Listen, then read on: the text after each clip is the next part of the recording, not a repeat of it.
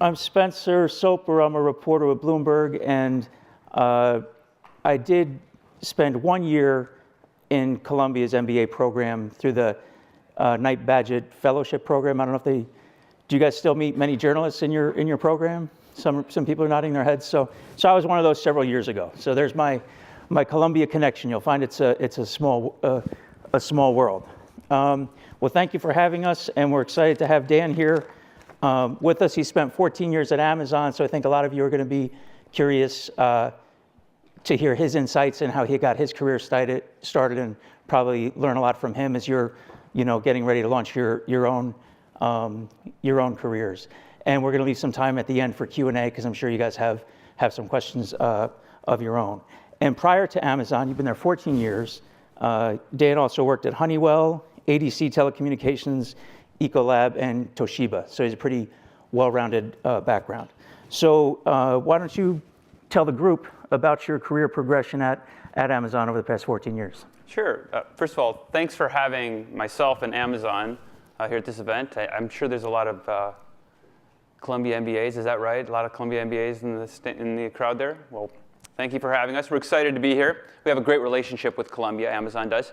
I'll tell you how I came to Amazon, which is a little unique in so much as I wasn't serious when Amazon came and asked me to work for them. It was a media company at the time, primarily a media company, doing books, DVDs, and music, and starting to get into hard lines and some other categories. I had purchased a few things from them, but I was flying to interview because I did say yes, and I opened up, this is in early 2005, I had opened up the 2004 letter to the shareholders, which they had just published, and I saw the first words that Jeff wrote in that letter, which said, "We don't focus on short-term earnings per share, or short-term net income." And I was shocked to read that, because those of us in finance have been trained to look exactly at that. I was really surprised, and pleasantly so. And for those of you who know how Jeff posts his letters, he always attaches the first letter to the shareholders, which was 1997. And I read that letter, and that's basically focused all on customers. As a matter of fact, the first sentence in there is, "We will focus on our customers." And so I was intrigued by Amazon at this time, was not prepared for the interview, exactly what you should not do. So you guys will all be prepared for your interviews. I was not. And I proceeded to basically answer questions for 8 hours. And I was just thoroughly impressed with the folks who asked the questions and the conversations I had. And so I decided to give this Amazon thing a chance. And over that time, I've got to work on some of the most exciting areas. When I started at Amazon, I started in the new startup businesses at the time, which was consumables, grocery, soft lines, fashion, jewelry. These are businesses which we did not exactly know how to sell yet online, and we're just getting started. And from there, I went and I worked on books. So I've seen all the different consumer categories in my first 3.5 years from Amazon. And after that, I went into work in corporate development. So I did some M&A, and I still work in that group, as well as digital video, digital music, and advertising are the areas that I support for Amazon. And had you have asked me 7 years ago at Amazon if we would be making movies and TV shows, I'd have said, why would we ever do that? And here we are making movies and TV shows. And one last data point that folks in the crowd may be able to relate to. When I started Amazon, again, I mentioned they just finished 2004. They did $6.9 billion, and I thought, I'm getting into a pretty sizable company. That's a pretty big company. It's a little too big for me. I liked the smaller companies at that time.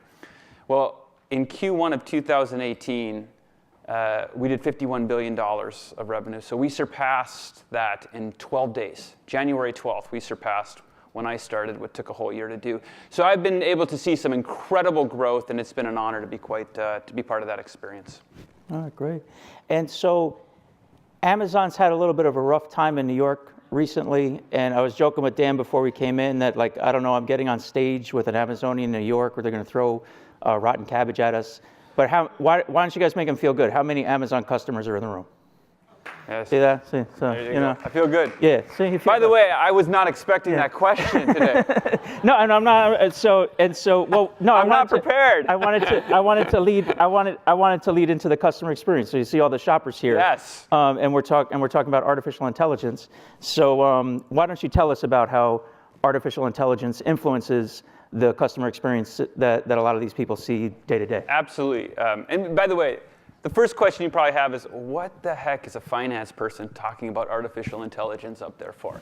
There's an answer for that. One is at Amazon, we view artificial intelligence the same way we view everything, from the lens of our customers. So many folks at Amazon can talk about artificial intelligence because we see it every day as we focus on the customer experience. We start with the customer and work backwards. You'll see that that's talked about publicly all the time. And so maybe the best way to talk about artificial intelligence where we can all relate to is let me give an example of how artificial intelligence is there from the moment you are shopping at Amazon till when you actually receive the product. And so if you think about the way people shop on Amazon and what's presented, artificial intelligence is embedded throughout the search experience and the browse experience on Amazon. But more so than that, it's quite known that we are putting up a lot of fulfillment centers into all over the US and worldwide that get closer to the customer. We call these smaller regional fulfillment centers. And you guys are all customers, so you're aware of Prime. Prime started in 2005, right when I started, and it was a 2-day program with 1 day for an extra cost. But we always knew that that was just the beginning and that 2-day would have to get much better. And so from 2-day and 1 day came same day eventually. From same day shipping came 2-hour and 1-hour shipping. Well, how are we able to actually get there has a lot to do with artificial intelligence. And so shaving minutes and seconds off the fulfillment process is really important to make a 1-hour delivery. So we have something which is called anticipatory shipping embedded. It's something we patented early on. And what that does is we use artificial intelligence to actually predict what products to stick in what fulfillment centers and how close those fulfillment centers are to the customer. So if you think about, and maybe a couple examples, if you think about the latest tax software, you always want the latest version. That's fairly easy to predict demand. But something like a digital still camera, when the latest version comes out, it's actually a lot of times there's a spike in demand for the older version because it's cheaper. So we have to account for that. Or if you think about on a regional basis, here in New York, there's probably not a lot of demand for Minnesota Twins gear, where I'm from. So we have to account for that. Well, artificial intelligence allows us to look at data at an unprecedented level to figure out what products to stick in what warehouses in anticipation of demand so we can give the largest selection possible in the fastest delivery possible. So that allows us to increase the selection on what can be delivered in 1 hour, 2 hour, same day, or even next day.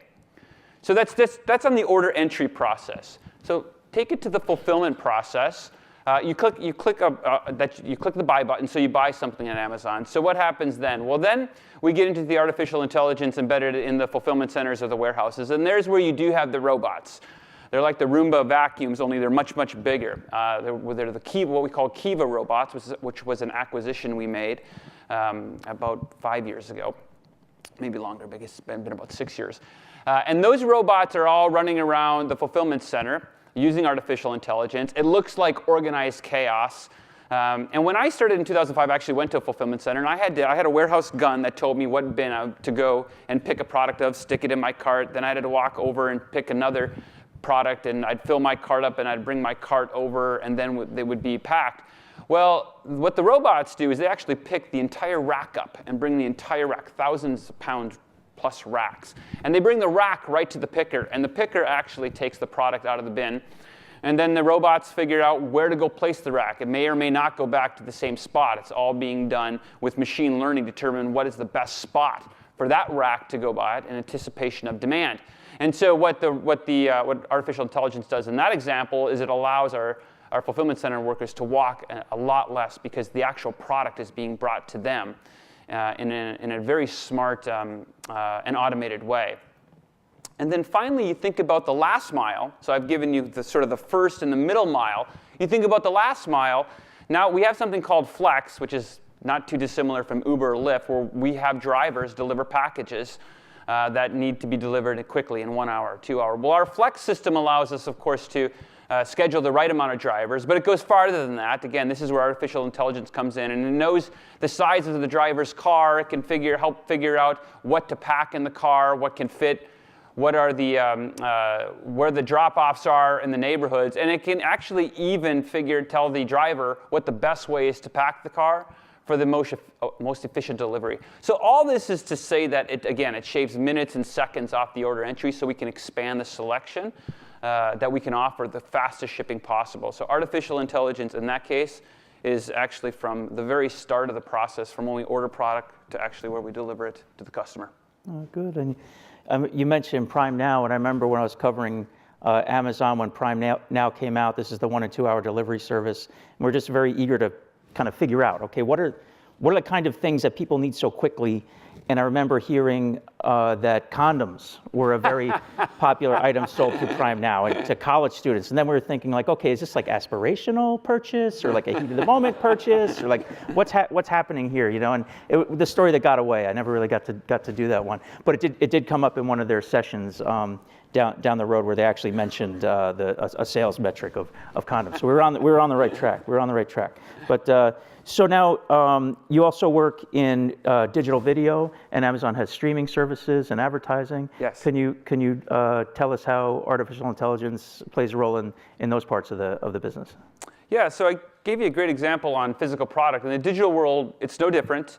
Again, we start with our customer and work backwards. And when you come to, for example, when you come to the digital video homepage, no single person will see the same layout in the digital video homepage because we basically use machine learning to determine what the best shows to show you are based on what we think you'll like. So for example, if I watch a lot of new releases, if I rent a lot of new releases, when I go to the digital video homepage, it's going to show me new releases. If I watch a lot of Prime originals, TV shows and or movies, it's going to show the homepage with Prime originals or like type shows. So again, no single person, no two people are going to have the same experience when they go to the digital video homepage because we're going to show you through machine learning what we think you want to watch. Another great example from a product perspective, it's a feature. There's a feature called X-ray in digital video. It shows actors, actresses, producers, writers, and different scenes. We use our IMDb, our Internet Movie Database. We use our big data, our metadata from there. And what we use there is we use computer vision for when a new show, TV show, and or movie comes on to look at who the actor or actress is. Computer vision then determines it, bounces it off our database, and instantly we can credit an actor or an actress or even a scene using computer vision, and therefore, again, the product is such that if someone wants to say, well, where have I seen him or her at, the data is there, and you can instantly interact with the data right while you're watching a movie. Again, it's a feature. You don't have to do it. You can turn it off, but it's just another example. I mean, imagine trying to do that manually. All the new shows, all the different scenes, all the actors, writers, producers. If you actually had to manually input that and look at each scene an actor or actress was in and tag it to his or her database, it would be impossible at scale. And computer vision allows us to do that, so we get to have enhanced product features using AI. I've used the X-ray feature. I think it's one of those features that you'll appreciate more as you age. And your brain has a bigger, more memory of things you've watched, and you're finding yourself, what the heck was that person in? Exactly. So it may not be so useful now, but wait, because that's what happens. I have 3 sons that are closer to age to most of you in the audience than I am, and it drives them nuts because if we're watching something and my wife and I are saying, what was that person in? Like, would you shut up so we can watch the movie?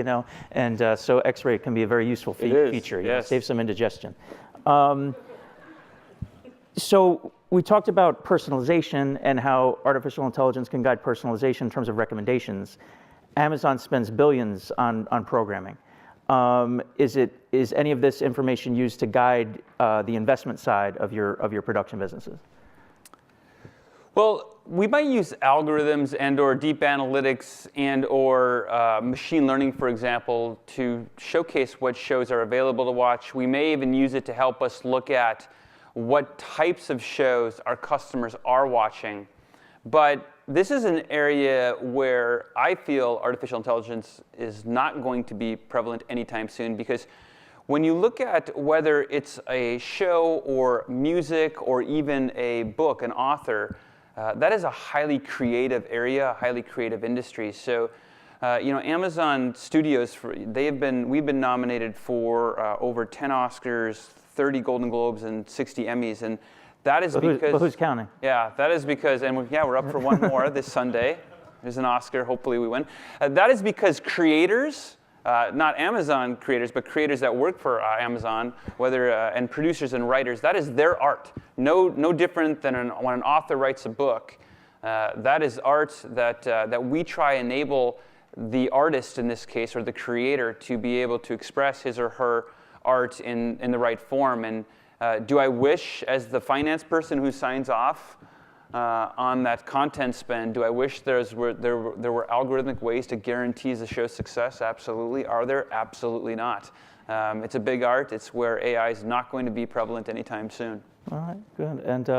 And how about on the finance side? And that's definitely relevant to this audience. Does artificial intelligence, has it influenced much of what you do day to day? Well, it has, in so much that the customer experience is more engaged with artificial intelligence. It's allowed us to expand selection, to increase delivery speeds, to show the right content to the right customer. And when you have a more engaged customer, by definition, it helps finance. So from that standpoint, it absolutely has helped. It also, within the finance world, there's a lot of transactions being processed in financial operations, for example, and we do use artificial intelligence in those areas as well. So yeah, it definitely impacts finance. We see it every day. Okay. And I know before the session, Dan and I were chatting, and it's something that comes up a lot in my coverage of Amazon, these themes. And there was a panel earlier that was, I think, separating fad from fact. And a big theme that comes up in the conversation of artificial intelligence and automation is always, the robot's coming for your job. Like you've probably seen it on TV. That kind of the robot's coming for your job more at 11 or something. And so that's this persistent narrative that the facts don't always bear out. There's all these prognostications about the numbers of jobs that will be lost to automation and robotics and things, but they never predict the jobs that will be created. That's always the missing part of those studies. And so Amazon is definitely a good example of that, where Dan's talked a lot about all of the investments they've made in automation, but yet their employment base continues to grow dramatically. So I don't know, can you talk at all about that, about even despite these investments and all the functions that Amazon is automating and all of these decisions that it's delegating to machines, that there's still this tremendous appetite for people? Yeah, well, I think our latest number that we reported was just shy of 650,000 employees at Amazon. And I think that is nearly double from where it was 2 years ago. There was a Whole Foods acquisition in there, but even accounting for that Whole Foods acquisition, we've seen tremendous growth in headcount. And as I mentioned earlier, we're putting fulfillment centers up all over the country and the world to get closer to the customer. Those fulfillment centers have a lot of employees working at it. Artificial intelligence itself has stemmed its own industry with some of the smartest scientists and software engineers and economists and researchers. Amazon hires a large number of those folks as well. And so, I actually view it as a huge positive from overall in terms of what Amazon's doing with artificial intelligence and the amount that we hire, and we're going to continue to hire. Mm-hmm. I work at Bloomberg, and they're working on software that automates writing stories and stuff, but so you're in trouble. Yeah, I'm not. Not really, though. I'm good. I'm still there. I got a couple years left. You guys are good. Yeah. I got a couple years left. Okay, and so probably a lot of people in the audience would like to know what it's like to work at Amazon. I know Amazon has hired. I mentioned I was in did a year in the MBA program. A lot of my classmates ended up working at Amazon. Any thoughts for them about what it's like to work there, and then advice on anyone interested in careers there? Yeah, Amazon, we have, our culture is a bit unique. We have these things called leadership principles. Some of you may have seen them. They're public if you search on Amazon leadership principles. There's 14 principles out there. I've talked a lot about one, customer obsession. But these 14 leadership principles really define who we are as a company. And It really is. They're really. It's not. Someone. I often get the question: are they real? They're very real. These leadership principles. It is our culture, and a couple of them I find very interesting. There's one called Think Big. Is a leadership principle at Amazon, and we think that thinking small is a self-fulfilling prophecy. And so we encourage everyone at Amazon to have big thoughts and big ideas and surface those big ideas. And the way we do that, it sounds great, but then how do you do that? The way we do that is we have something called a working backwards process, which is if you have an idea, you start with a press release.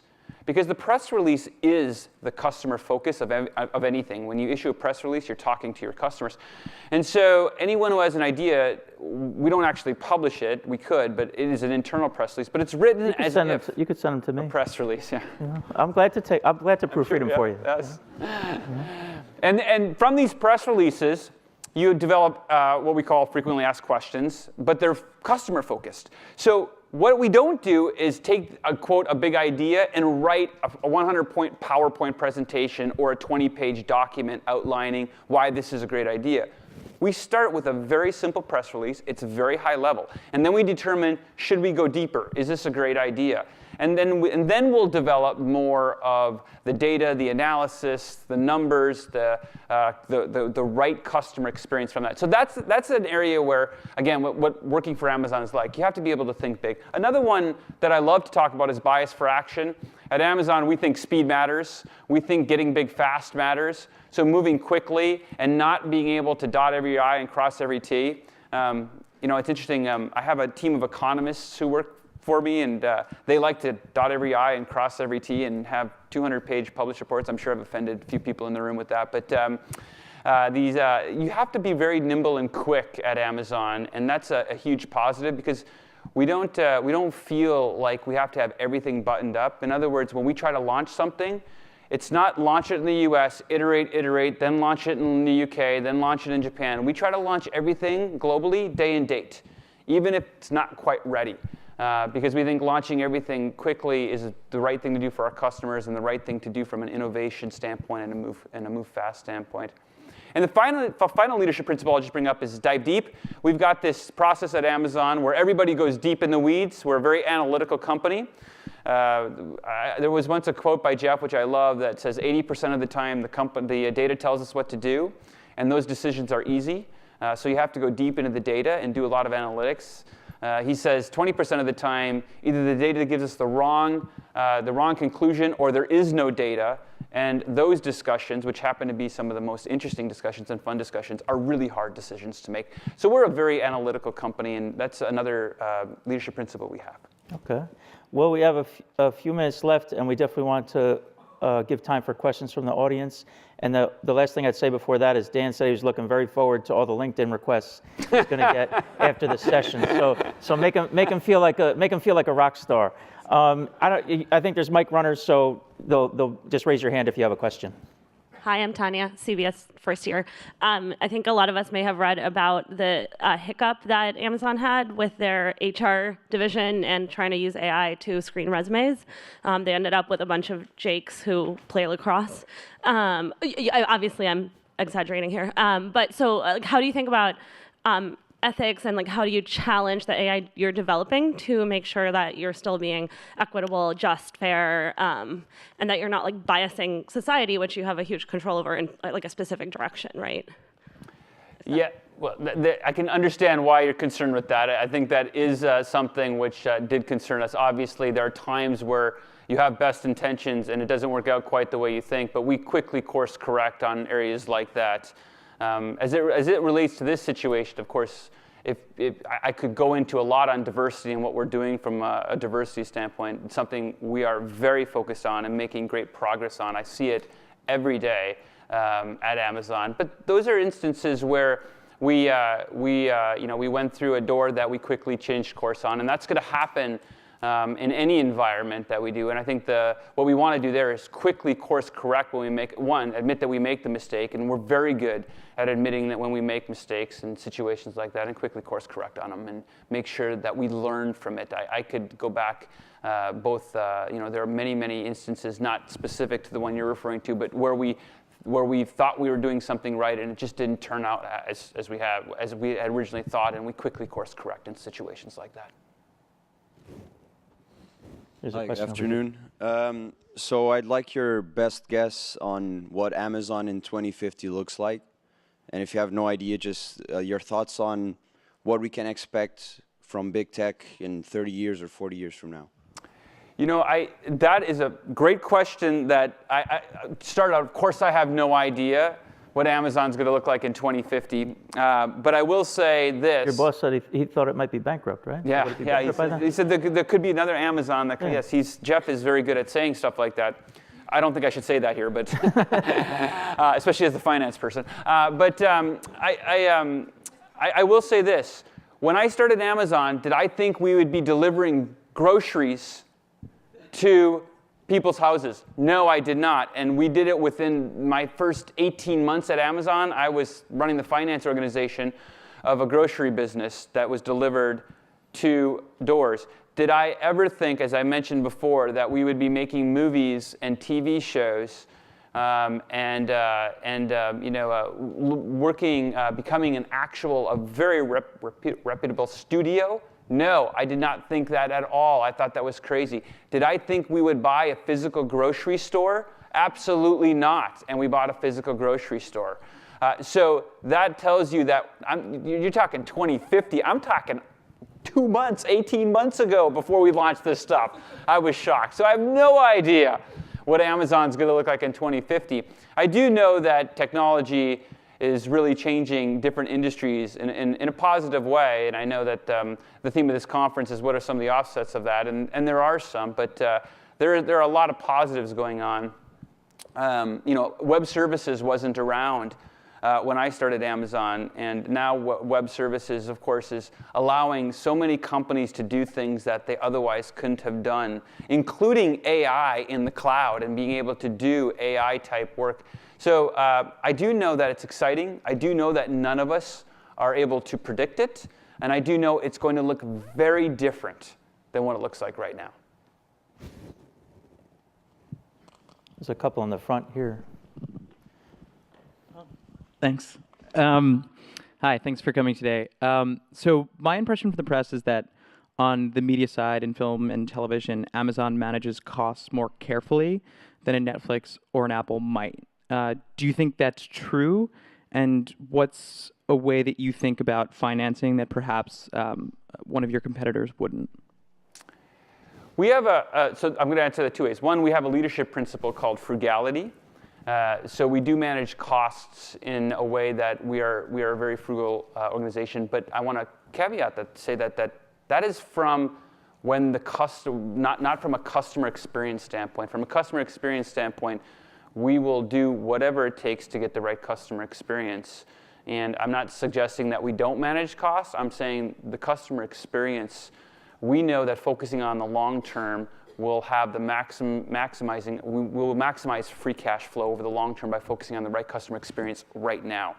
So if I could go back and talk about just quickly when Prime launched, again, I was coming on board. I was reading all these analyst reports about how this is the dumbest idea. Why would Amazon ever launch an all-you-can-eat shipping benefit when any customer clearly expects to pay for shipping? This isn't going to last. It's not going to work. And by the way, our elasticity models, which we had at the time, told us that lowering prices was a short-term bad decision. Another example, like lowering prices was a short-term bad decision. We didn't need to lower prices. We didn't need to keep prices low. Matter of fact, our elasticity models said we could raise prices often. But we knew that wasn't the right long-term decision to make. And Prime was very long-term focused. Keeping prices low is a very long-term focused aspect. So we are frugal when it comes to managing expenses and things like that. When it comes to managing the customer experience, no, we do what's right for the customer. I saw Dan at the McDonald's around the corner on my way in. He was sneaking out. So. Yeah, it didn't expense it either. There were a couple questions in the front here. Maybe we take one or two more. Is that okay? Yeah, absolutely.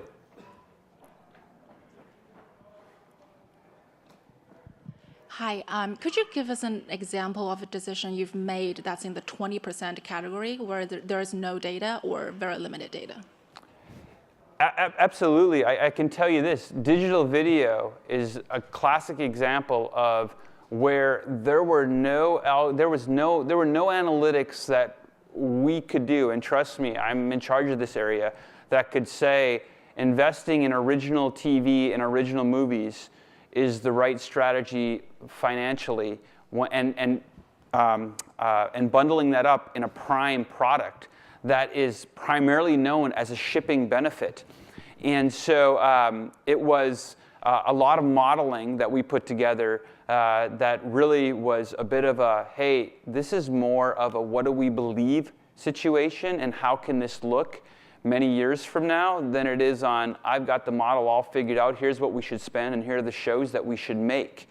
And so we've become very sophisticated in this, and we've got some very smart data scientists and economists and finance professionals looking at this. But in the end, a lot of it has to do with what will this look like many years from now. And as you folks all know, is focusing out in the long term is really hard to do from an investment / ROI / any sort of an analytical perspective. So and digital video is going very well. It's part of a great program. And we've got a lot of work ahead of us on making great shows. We've got a very exciting slate coming on, but trying to figure out what to do. Like I said, there's no math, there's no analytics, there's no data science that can tell us this. And by the way, that quote was 20%. There's more and more of that than before, because when you think big, you have to be able to take chances. And like Jeff says, and it's very accurate, is we are not afraid to be misunderstood for long periods of time, and we're also not afraid to fail. I mean, if you ask me where have you failed, I could give you many examples of where we launched something and it didn't work out. I mean, the Fire Phone is just one very obvious example of that. There are many more that I could give you. So those are ones where maybe even we had data that said it, but just didn't work out like we had thought. So it goes both ways in that. And actually, if there's one thing I'd encourage the whole group to do, is as analytical as everybody is in this room, and I know they are because you guys are all MBAs and I am as well, you have to think strategically as well as analytically. And it is a whether you call it a skill or a process that will serve you well, is to be able to do both. Think analytically and think strategically. Is there one more question?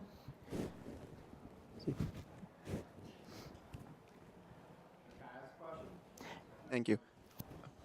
I think we got one coming right here. Yeah. So as sort of Amazon advertising revenue has sort of been, shooting through the roof, right? Because more and more people, when they look for a product, they go to Amazon and they just search. It kind of makes Amazon the search engine, the marketplace, and a lot of times you're buying an Amazon brand, so the shipper as well. Do you think that sort of level of vertical integration eventually will raise antitrust concerns? And is that something you're thinking about? Is that something that concerns you? Yeah, I'm not the best person to ask for that. I of course, work in the advertising business.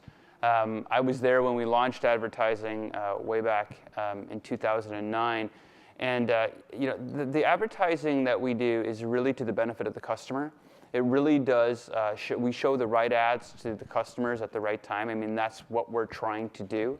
And so, again, I'm not a lawyer. Antitrust is not my area of expertise, so I really can't go into that. But I will say how we approach advertising is very methodical, very smart. We treat our data very exclusively. We don't sell data, et cetera. And so it's more about showing the customer the right ads than it is, it's about showing the customer the right ads. We're not going to allow advertising to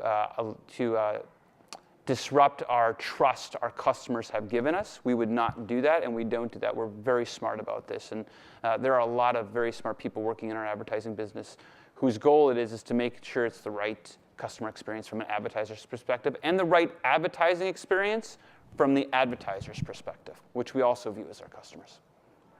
All right, thank you. I think Jeff Bezos' answer to that is any institution welcomes scrutiny on the antitrust thing. So, all right, well, thank you, everybody. Thanks, everyone. Thanks, Spencer.